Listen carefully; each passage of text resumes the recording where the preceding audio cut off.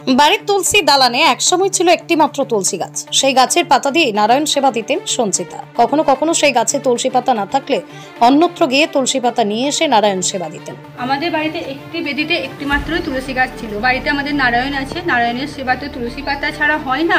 তো সেই তুলসী গাছটা কোনো সময় শুকিয়ে যেত। নারায়ণের সেবার জন্য মাকে এ বাড়ি ও বাড়ি থেকে তুলসী পত্র এনে তবেই নারায়ণের সেবায় দিতে হতো। তবে এক আশ্চর্য অলৌকিক ঘটনা এরপর থেকেই ঘটতে শুরু করে। বাড়িতে নড়িচড়া গোপালের আবির্ভাব হতেই বাড়ির সর্বত্র দালান ফেরে বেরিয়ে আসে অসংখ্য তুলসী গাছ। বর্ধমান জেলার বৈচন্ডী গ্রামের সঞ্চিতা ভট্টাচার্যের বাড়িতেই অলৌকিক ঘটনার সাক্ষী থাকলেন গোটা গ্রাম। 6 মাস আগে আমার বাড়িতে এই দুটি ছোট্ট ছোট্ট মিষ্টি মিষ্টি লাড্ডু গোপালকে নিয়ে এলাম।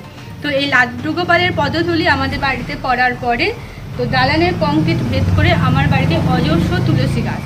তো আমরা তো অবাক হয়ে গেলাম যে দালানের কংক্রিট ভেদ করে কি করে এত তুলসী গাছ হতে পারে। তো সেটা আমি মনে করি সম্পূর্ণ শ্রীহরি নারায়ণের আশীর্বাদ আর আমার এই গোপাল সোনা বাড়িতে এলো বলে।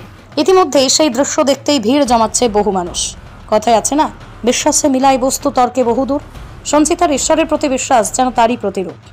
একদিন যে তুলসী পাতার জন্য তাকে অন্য জায়গা থেকে এনে নারায়ণ সেবা দিতে হতো, আজ তার সারা বাড়িতে সর্বত্র বিরাজ করছে শয়ে শয়ে তুলসী চারা। নমস্কার, আমার নাম সঞ্চিতা ভট্টাচার্য। বর্ধমান ডিস্ট্রিক্টের বৈচন্ডী গ্রামে আমার বাড়ি।